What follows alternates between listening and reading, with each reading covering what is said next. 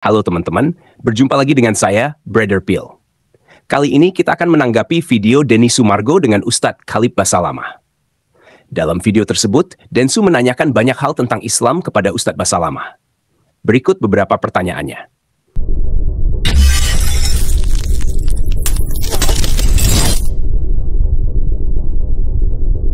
Ini pertanyaan cukup saya juga bingung jawabnya. Karena dari Kristen bertanya, pada saat ada yang membaca tentang kisah Nabi ketika dia bertemu dengan Jibril di awal kenabiannya beliau. Di saat itu, Nabi itu disuruh baca Iqra. Nah, mereka bingung, yang disuruh baca apa? Apakah di situ ada buku Al-Quran? Apakah di situ ada surat? Apakah di situ apa gitu loh? Disuruh ikutin Jibril. Disuruh ikutin. Ya, jadi itu 5 ayat pertama dalam surah Al-Alaq. Ayat pertama itu memang bunyinya Iqra bismi rabbikal ladzi khalaq. Bacalah atas nama Tuhanmu yang menciptakan. Oh, kan? Maksudnya ikutin. Iya, ikutin. Makanya kan Nabi Muhammad SAW akhirnya mengikutin Jibril di 5 ayat pertama itu. Oh, bukan disuruh membaca sesuatu. Enggak. Oh, enggak. Maksudnya memang Iqra itu potongan awal ayat. Oh, tangkap loh. Lu yang Islamnya pasti nggak tahu. Nggak tahu gue, Bang. Oh, iya. Jadi disuruh mengikuti, artinya disuruh mengulangi. Ya, makanya surah itu kan awal ayatnya adalah Iqra bismi rabbikal ladzi khalaq. Bacalah atas nama Tuhanmu. Ya. Kita barusan dengar jawaban dari Ustadz Basalamah, di mana dia berkata bahwa arti kata Iqra yang disampaikan Jibril bukan bacalah, tapi ikutin. Tapi jika arti kata Iqra itu ikutin, kenapa Muhammad justru menjawab, saya tidak bisa membaca? Jika hanya mengikuti apa yang dikatakan Jibril, tentu saja Muhammad bisa ikutin. Apakah sedang terjadi salah paham antara Jibril dan Muhammad? Karena Jibril katakan ikutin, tapi Muhammad mengatakan, saya tidak bisa membaca. Apakah Muhammad tidak mengerti perintah? Kita lanjut. Nah, ini dari Kristen ini, dia bertanya, apakah semua orang Islam masuk surga? Apakah semua Islam? Iya, jawabannya iya. Pasti. Iya apa? Insya Allah. Enggak, iya. Loh, insya Allah itu dalam Islam pasti loh. Pasti. Ya, soalnya ada yang bilang mungkin. Enggak, kalau ada seorang Muslim yang dia mengatakan, diundang misalnya, kamu datang ke rumah saya, dia mengatakan insya Allah, berarti itu pasti. Oh. Insya Allah itu bukan berarti meraba-raba ya. Iya. Karena insya Allah itu artinya kalau Allah mengizinkan, berarti pasti. Kalau dia tidak datang, berarti betul-betul Allah menghalangi dia. Dalam arti kata sini, dia ada halangan udzur kayak sakit, kayak ada gempa, bencana alam. Jadi, nggak boleh insya Allah itu digunakan untuk hal yang raba-raba. Iya, karena pada prakteknya kan, begitu dia bilang, insya Allah saya datang. Insya Allah saya datang. Tapi dia nggak datang. Nah, itu keliru. Nah, terus kemudian dia bilang, ya Allah tidak mengizinkan. Dia belok gitu. Nah, dia belok gitu. Itu secara individu keliru. Nggak bisa begitu. Keliru ya? Harusnya dalam hukum Islam tidak begitu. Kalau sudah mengatakan insya Allah, malah itu keberkahan dia dapatkan. Ya, keberkahan justru dia mengatakan dengan izin Allah, atau kalau Allah izinkan itu berarti dia minta Allah akan mudahkan dia. Pilihkan bagi dia yang terbaik, datang atau tidak, kerja atau tidak, nikah atau tidak, kan gitu. Nah, itu insya Allah memastikan itu. Sebenarnya begitu. Berarti kalau tadi jawabannya pasti, insya Allah itu pasti masuk surga, berarti siapa yang menjamin pasti masuk surga? Nah, Nabi Muhammad SAW sendiri beliau mengatakan semua tidak akan masuk surga kecuali jiwa Muslim. Bahasa jiwa ini sebenarnya ya dianya kita, karena kita nggak mungkin roh itu masuk surga sendirian. Iya, fisiknya kan nggak ikut. Iya. Nah, juga dalam sebuah hadis akan dikeluarkan dari neraka siapapun dalam hatinya seperti biji sawi dari kalimat la ilaha illallah. Artinya dia Muslim. Jadi kan gini, ahli surga itu kan dibagi menjadi 2 kalau dalam Islam. Ada yang masuk surga dari awal, memang dia lolos gitu ya tanpa hisab. Karena memang amal baiknya banyak banget. Ada itu? Ada. Kan para nabi-nabi, kan mereka masuk surga tanpa hisab kan? Oh, kalau nabi itu udah digambarkan dia tanpa hisab. Ya, atau misalnya ada memang orang yang sangat soleh, dia sangat baik. Ada juga. Selama hidupnya itu udah 24 jam, dia mengontrol terus dirinya. Dia tidak ada yang haram, dia selalu dari kewajiban kepada kewajiban yang lain. Sibuk dari sholat ke sholat, dari puasa ke puasa, dari Jadi nggak ada dosa dong? Iya, bisa dikatakan begitu sebenarnya. Mungkin kalaupun ada pelanggaran kecil sekali, jadi sehingga dia ini sebenarnya apa yang mau dihukum? Dia nggak ada gitu. Kalau itu. Nah, ini bisa. Makanya ada beberapa orang di masa Nabi Muhammad SAW, beliau tunjuk, beliau mengatakan, seperti tadi yang Abu Bakar, Umar, beliau tunjuk, Abu Bakar di surga, Umar di surga, Utsman di surga, beliau tunjuk. Karena memang orang-orang ini sudah terlihat, dan Allah turunkan wahyu, ini orang-orang di surga nih, disebutin nama mereka. Ada juga orang yang masuk surga, masih sama kelompok yang ini, yang pertama ini, dia masuk surga tapi ditimbang dulu amalnya. Nanti kalau di hari kiamat amal baiknya lebih berat daripada amal buruknya, masuk surga. Nah gitu kan, ini golongan pertama yang masuk surga.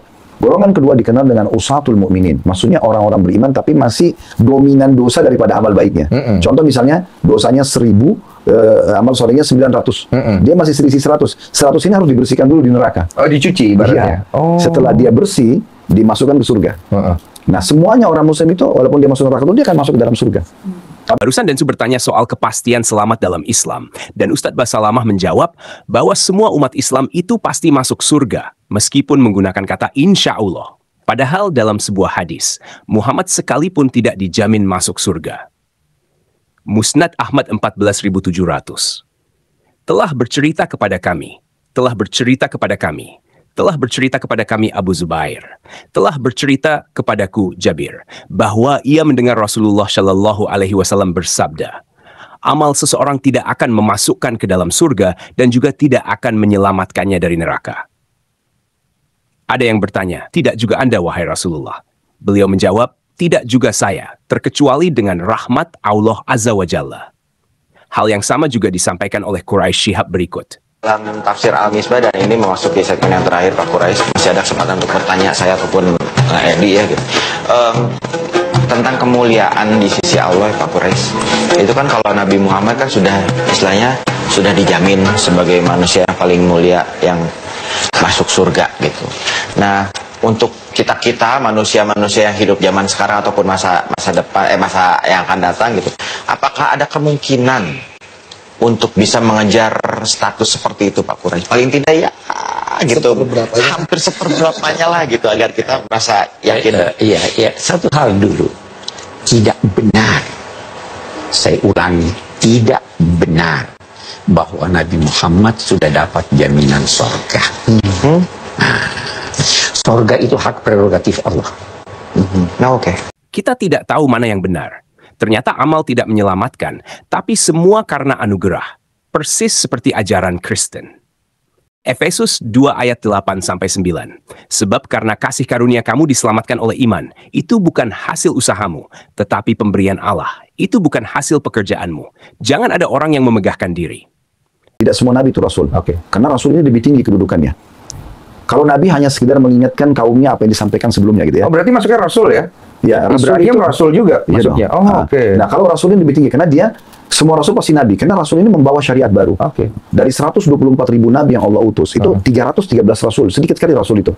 Nah, saya kasih contoh supaya lebih mendekatkan, karena ini panjang kalau mau dibahas. Nabi Isa alaihissalam adalah seorang rasul dalam keyakinan seorang muslim. Artinya dengan datangnya Nabi Isa dan turunnya Injil, syariat Nabi Musa dihapus. Taurat diyakini pernah turun, Nabi Musa pernah diutus, tapi tidak berlaku lagi isi Taurat, karena sudah dihapus oleh Injil. Itulah fungsi Rasul. Dia membawa kitab baru, dia menghapus hukum kitab yang sebelumnya. Tapi tetap diyakini harus ada. Nah gitu ya. Nah, Nabi Muhammad SAW juga seorang Rasul.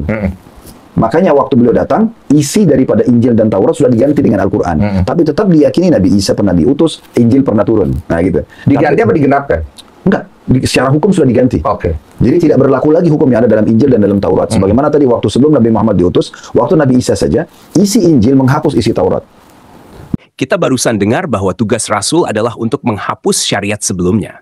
Katanya, setelah datangnya Injil, semua syariat dalam Taurat dihapus. Jika benar yang dikatakan Basalamah, harusnya hukum makan makanan haram juga dihapus, sunat dihapus, dan masih banyak lagi. Pertanyaannya, kenapa Muslim masih mengikuti syariat dalam Taurat? Seharusnya, jika Isa sudah menghapus syariat dalam Taurat, lalu kenapa Muslim tidak makan daging babi? Kenapa masih ikut syariat Taurat? Adakah nabi perempuan di dalam Islam?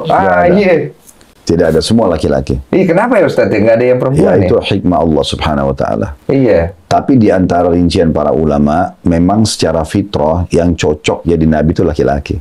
Oh begitu. Ya, karena mendakwahi kaum, siap untuk dicaci maki, siap untuk diterik matahari. Perempuan kan harus pakai sunblock, harus pakai siap dia katanya. Bukan. Tapi ini beda karena lucu. Barusan Basalamah ditanya, apakah dalam Islam ada nabi perempuan? Lalu dijawab Ustadz Basalamah bahwa tidak ada. Jawaban Basalamah ini membuktikan bahwa Tuhan yang disembah Muslim dengan Tuhan yang disembah oleh orang Kristen dan Yahudi berbeda. Karena kalau kita baca dalam Alkitab, terdapat beberapa nabiah, nabi perempuan. Dalam Alkitab, terdapat beberapa wanita yang disebut sebagai nabiah. Berikut beberapa di antaranya. Miriam, kakak Musa dan Harun, disebut sebagai nabiah dalam Keluaran 15 ayat 20. Ia memimpin perempuan Israel dalam pujian setelah menyeberangi Laut Merah. Deborah, seorang nabiah dan hakim Israel. Hakim-Hakim 4 ayat 4. Deborah memimpin Israel dalam kemenangan atas Sisera, panglima tentara Kanaan. Hulda, seorang nabiah pada zaman Raja Yosia, yang memberikan nubuat tentang kitab Taurat yang ditemukan di Bait Suci. 2 Raja-Raja 22 ayat 14 sampai 20. 2 Tawarikh 34 ayat 22 sampai 28. Noadia dalam Nehemia 6 ayat 14 sebagai seorang nabiah, tetapi dalam konteks yang negatif karena ia menentang Nehemia. Yesaya 8 ayat 3. Istri Nabi Yesaya disebut sebagai nabiah, meskipun perannya tidak dijelaskan secara rinci. Dalam Perjanjian Baru, ada juga perempuan yang bernubuat, seperti Hana, seorang nabiah yang menyaksikan bayi Yesus di Bait Suci, Lukas 2 ayat 36 sampai 38, serta keempat anak perempuan Filipus yang disebut memiliki karunia nubuat, Kisah Para Rasul 21 ayat 9. Oke teman-teman, demikian tanggapan kita atas video Densu dan Ustadz Basalamah. Terima kasih untuk dukungan teman-teman, Tuhan Yesus memberkati. Yang mau dukung channel Pil Pahit, silakan scan QR Code ini atau klik link di kolom komentar. Terima kasih. Buktinya bahwa Al-Quran benar, Nabi Isa tidak disalib. Apa? Tidak ada bukti. Sekali lagi, bukti. Sekali lagi, bukti. Sekali lagi, sekali lagi nama saya bangkai saya. Mau berdebat dengan para pendeta saya. Tidak pakai laptop atau pakai HP, biar kata hitam tapi saya pintar. Bukti saya valid, bukti saya valid. Saya akan membuktikannya cuma 10 detik. Bukti Islam benar, Yesus tidak disalib. Ternyata tidak ada bukti.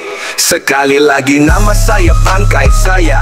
Sengaja tidak jawab pertanyaan saat debat, karena itu strategi saya untuk muslim yang protes. Kalian saja yang debat ya. Bukti saya valid, bukti saya valid. Saya akan membuktikannya cuma 10 detik. Bukti Islam benar, Yesus tidak disalib. Ternyata tidak ada bukti. Sekali lagi nama saya bangkai saya. Tidak pusing dengan muslim yang marah-marah. Paparanmu mana? Yuk muslim, jadi pintar yuk, kita pakai otak yuk. Sekali lagi nama saya bangkai saya. Tidak pusing dengan muslim yang marah-marah. Paparanmu mana? Yuk muslim, jadi pintar yuk, kita pakai otak yuk. Bukti saya valid, bukti saya valid. Saya akan membuktikannya cuma 10 detik. Bukti Islam benar, Yesus tidak disalib. Ternyata tidak ada bukti. Sekali lagi nama saya bangkai saya. Tidak pusing dengan muslim yang marah-marah. Paparanmu mana? Yuk muslim, jadi pintar yuk, kita pakai otak yuk. Bukti saya valid, bukti saya valid. Saya akan membuktikannya cuma 10 detik. Bukti Islam benar, Yesus tidak disalib. Ternyata tidak ada bukti. Sekali lagi, bukti. Sekali lagi, bukti. Sekali lagi, bukti. Sekali lagi, bukti.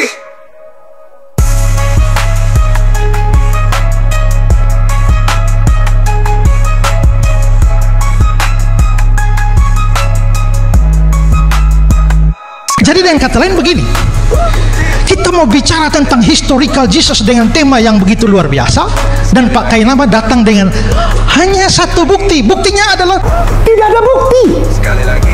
Astaga naga. Kita pakai otak yuk. Yuk, mau. Ayo. Yuk, jangan tiba-tiba memalukan Islam. Paparanmu mana? Gitu.